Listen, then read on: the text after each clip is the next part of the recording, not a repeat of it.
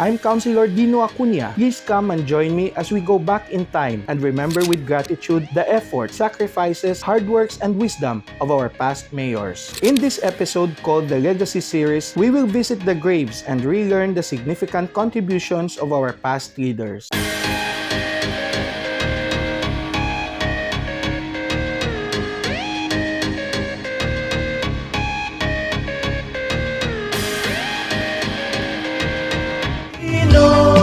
Dino sa puso nyo.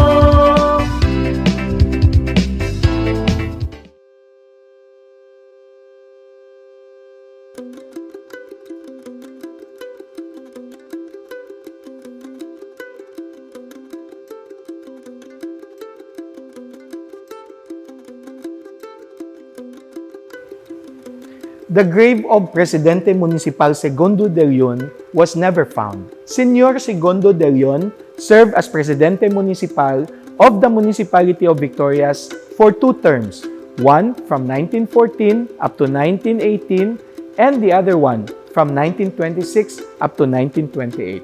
He also held numerous important positions such as Vice Presidente Municipal and Consejal of Victorias. On September 25, 1903, on authorities granted by the Municipal Council, Vice Presidente Segundo de Leon attended the Assemblia of the Presidentes Municipales of Negros Occidental called for by the Provincial Governor relative to the decree issued by the Governor-General in Manila dissolving the towns with smaller remittances in favor of the towns with bigger income and remittances, with the purpose of sustaining the Municipality of Victorias because although the Municipality of Victorias is a 4th-class municipality back then in 1903, it can sustain its own income without the help of other towns.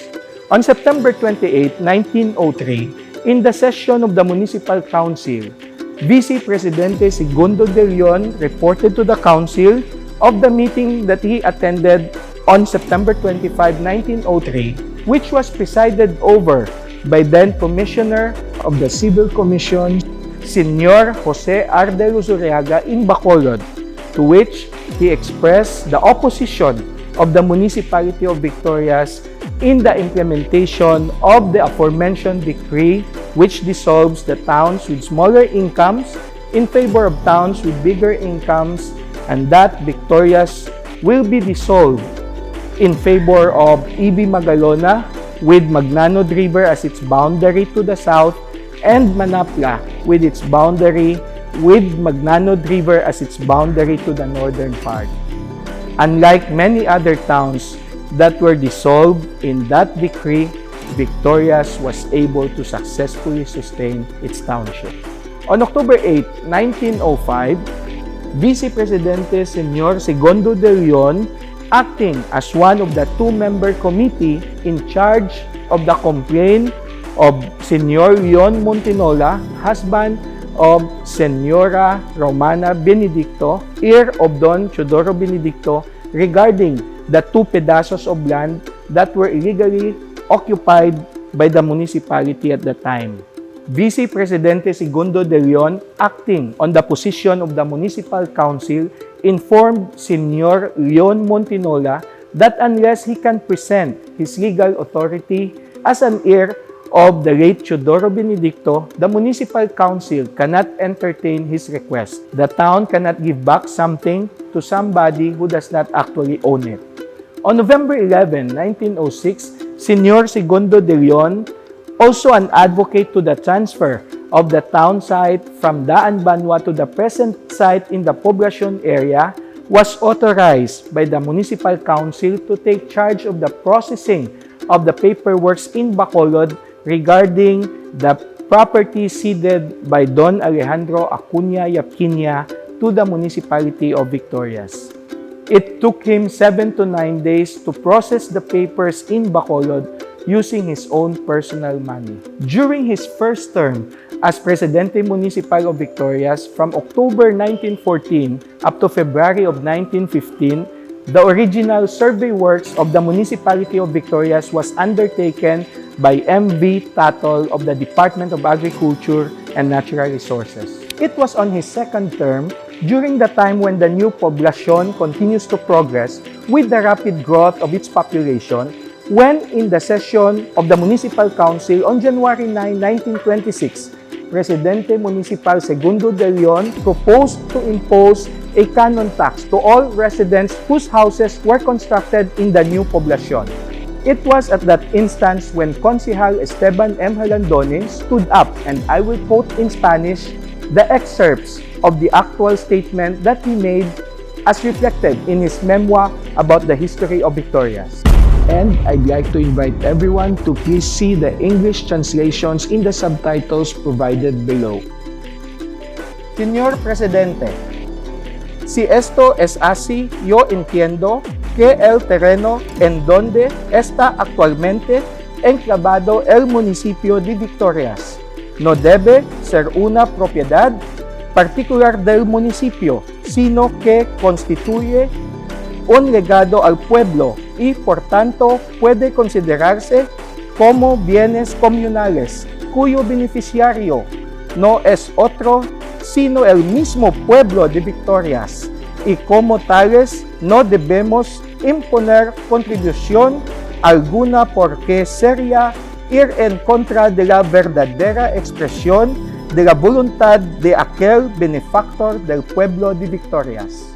Señor Presidente, todos nosotros sabemos, como todos lo saben, que aquel inolvidable extranjero, el chino Don Alejandro Acuña y Acuña, estaba seguro que su cesión del terreno en donde estamos hoy congregados no lo hizo para que el municipio explotara de ello, sino para el beneficio de los habitantes del municipio.